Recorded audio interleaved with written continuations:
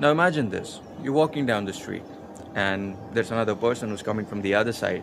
Now clearly he's not paying attention to his surroundings. He's totally immersed in his phone. Maybe he's playing a game or perhaps texting. And then he bumps into you. So you look at the person and expect an apology, like any sane individual. But the apology never comes. Instead of an apology comes a very harsh and rude, are you blind? You see the problem here? Somebody bumps into you and screams at you. Somebody crosses you on the highway and then looks at you as if you're the weird one. One coworker makes one small mistake and now the entire office has to work extra hours. One kid misbehaves and the class teacher punishes the entire class. This happens everywhere. In every city, every town, every village. It's ubiquitous. The mistake is real, but the responsibility is somehow missing. We do something wrong and then we dodge it, we deflect it. Sometimes we pretend it didn't even happen. Sometimes we twist the story to the point where we become the victims. And we are so talented that a lot of the times we convince ourselves of our own lies. You see, the problem is Indians are collectively terrified of accountability. They never want to admit their mistake. Because in a country like India, admitting your mistake is losing authority, losing power. As a humiliation, as a punishment. Some people even see this as a loss of respect. So this video is not a rant, but rather it's a reflection of our messed up society. Because if we don't understand why Indians fear accountability, we'll never be able to understand why our relationships hurt, why our politics rot, and why our systems fail. And why we as a society keep repeating our mistakes over and over again as if we're stuck in some glitch. Have you ever seen two Indians argue? You see, the argument always devolves into a shouting competition, and the person who shouts the loudest wins the argument pretty much. Now this reveals a deeper problem in our culture. Indians simply do not want to admit their mistakes because here it is seen as an attack on your pride and attack on your ego. So today we need to go deep because a lot of the times our actions as adults can be explained by how we were treated as children. Imagine what happens when an Indian child makes a mistake. Does he get a gentle correction, guidance, even a conversation perhaps? But he never gets that, does he?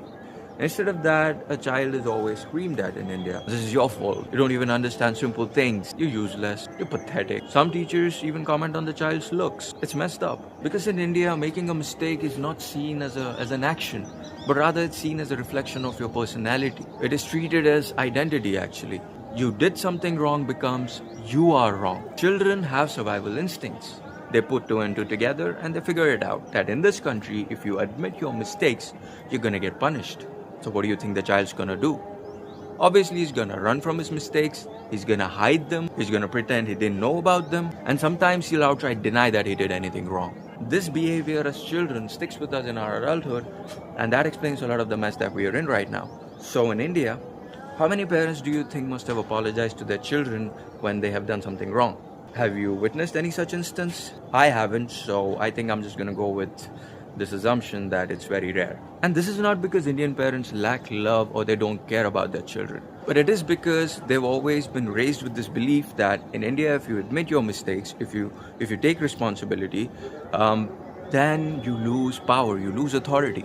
And nobody wants that. Everybody wants to hold on to their power. Hence, everybody fears accountability. Authority in Indian families isn't earned, it's rather enforced. So when children watch their parents deny their mistakes, twist narratives, shift blame, and sometimes even deny the whole thing even happened in the first place, what do you think they're gonna learn? Children do not do what we tell them. They do what they see. So if they see their parents never apologize, never self-reflect, never take responsibility, why would they? Now let's talk about Indian schooling, where one mistake can ruin your entire year's effort, where marks matter way more than your learning, where failure isn't a phase, but it's rather something that latches onto you and stays with you forever. You see, the kid raising his hand in the classroom, we often encourage it, right? Even teachers say that if you don't understand something, please let us know, raise your hands and ask questions. But whenever a kid does that, one of two things happen. First, either he gets shamed by the teacher himself or herself, and the second thing that happens is maybe some class clown or some teacher's pet will make fun of the kid or crack a joke, if you will. What do you think is going to happen to these kids who live constantly in this survival mode? Do you think they learn anything? Do you think they have a future? Have you looked at these kids? So in such an environment, what do you think our kids do? They pretend. They pretend to understand, they pretend to learn, they pretend to never make mistakes, and even if they do, they try to hide it. They run away from accountability. This is why we never improve. This is why China is so ahead of us. So this pretending slowly becomes a habit. Habit then becomes personality. And then this personality becomes culture. Now moving on to Indian workspaces. Indian workspaces are like kingdoms. There are kings, there are ministers, there are soldiers, and then there are subjects. There is a hierarchy and everybody's supposed to follow that hierarchy. And in such systems, mistakes don't get discussed, they get punished. So what do employees do? They hide their mistakes, they hide their errors, they manipulate data, they try to blame their juniors. That happens a lot. And they basically run away from it. Because here nobody wants to say that I've made that mistake. Indian workspaces are never about fixing the mistake. It's always about punishing the culprit. Now we need to understand why this behavior exists among Indians. You see, there are two types of cultures. Guilt cultures and shame cultures. Now guilt cultures are mostly in the West, where the wrongdoing feels internal. I've done something wrong. I've made a mistake, right? So in a culture like that, when you admit your mistakes, it gives you freedom. It liberates you because you've admitted it and you genuinely feel bad about it. And then there are shame cultures. Cultures like India, China, Japan, the Middle East. And in shame cultures, the wrongdoing is often external. Somebody else thinks that I'm bad. Somebody else thinks that I made a mistake. I'm a terrible person. Now, don't get me wrong. There are a lot of things that are wrong with the Western cultures. But when it comes to accountability, they fare much better than us. So Indian minds instinctively resist being wrong, looking weak, losing respect, losing authority. To protect their reputation, they sacrifice honesty. So Indian egos are very fragile. You don't even have to apply any external pressure. They often crumble on their own.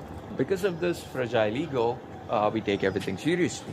So we have competition, comparison, judgment, social pressure, academic pressure, financial pressure, family pressure. And because of this, Indian ego becomes like glass. From the outside, it looks shiny and pretty, but when you drop it, it shatters into a million pieces. And nobody wants to see their reflection break. You see, our society has put such unbelievable expectations on Indian men that it's no surprise that they are breaking. Be strong, be right, be confident, be the decision maker, provide, protect, never show weakness, never admit failure. From birth, boys are told, you're a man, behave like a man. But what does being a man mean in a country like India? A man in India is somebody who doesn't cry, doesn't hesitate, doesn't make mistakes, doesn't apologize. So Indian men grow up with emotional constipation. When they make a mistake, deep down inside they know that they're wrong. But their conditioning is such from a very young age that they rarely admit it. And because of this, even our relationships get affected. Indian couples fight over tiny issues. And it's not because it's a big deal, it's something very important. But rather, it's about nobody wants to be the first person to apologize. Nobody wants to be the first one to say sorry. And this is why we have ego battles, cold wars, silent treatment, and sarcastic comments. Because in an average Indian relationship, apologizing means losing power. Saying sorry equals loss of authority. But here's the paradoxical truth. Every single time you run away from your mistakes, you dodge accountability, your relationship dies a little more. Now let's talk about the great Indian defense mechanisms to run away from responsibilities, to run away from accountability.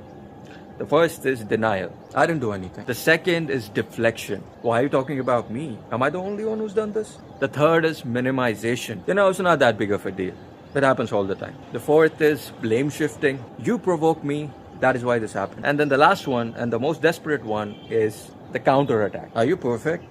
Have you never made any mistakes in your life? There's a concept in sociology that's called face. You may have heard the phrase saving face. So basically in India, face is everything. People avoid admitting their mistakes to save face. They do this to avoid humiliation, gossip, and judgment. Families will lie, hide scandals, manipulate events just to protect their image. But this obsession with face prevents growth. And as long as this image matters more than the truth, accountability will always remain buried. Indians are stuck with this belief that our mistakes define us. We internalize mistakes as identity. So we defend not the mistake, but our sense of self. This is why small issues become explosive arguments. This is why feedback feels like an attack. And this is exactly why saying sorry feels like humiliation.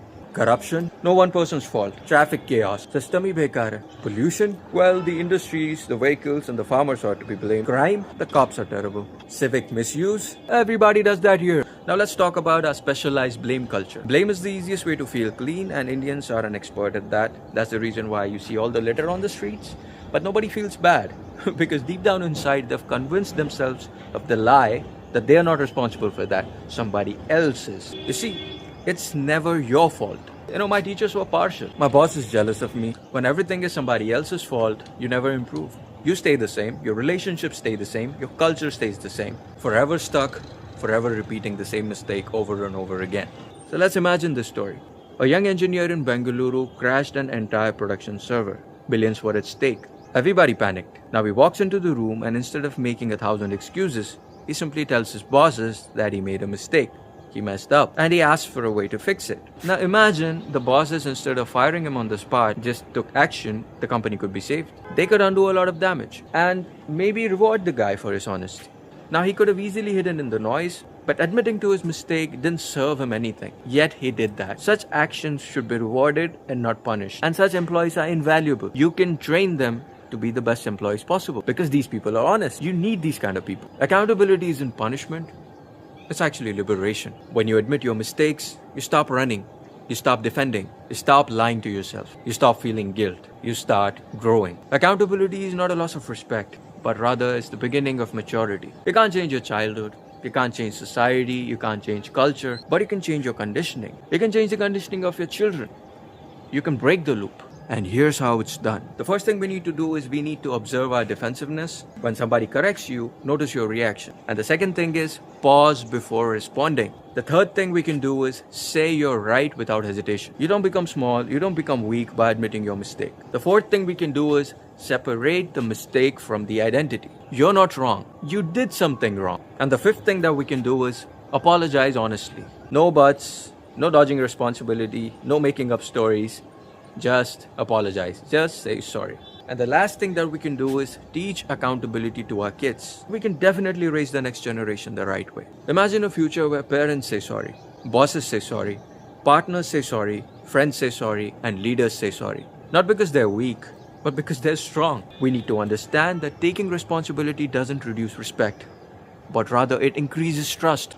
Our bright future is still possible, but we need somebody to start the chain. Let that somebody be you. This video isn't about proving somebody's superiority or inferiority. It's just about being a better person. It's about being emotionally healthier, becoming more mature, and becoming more honest with ourselves. A lot of people seem to think that accountability makes relationships harder. But on the contrary, it actually makes a relationship much stronger because now you know that you can trust your partner. That is such a relief, don't you think? Now imagine a couple where two people are not afraid of admitting their mistakes. They're not afraid of saying they're wrong.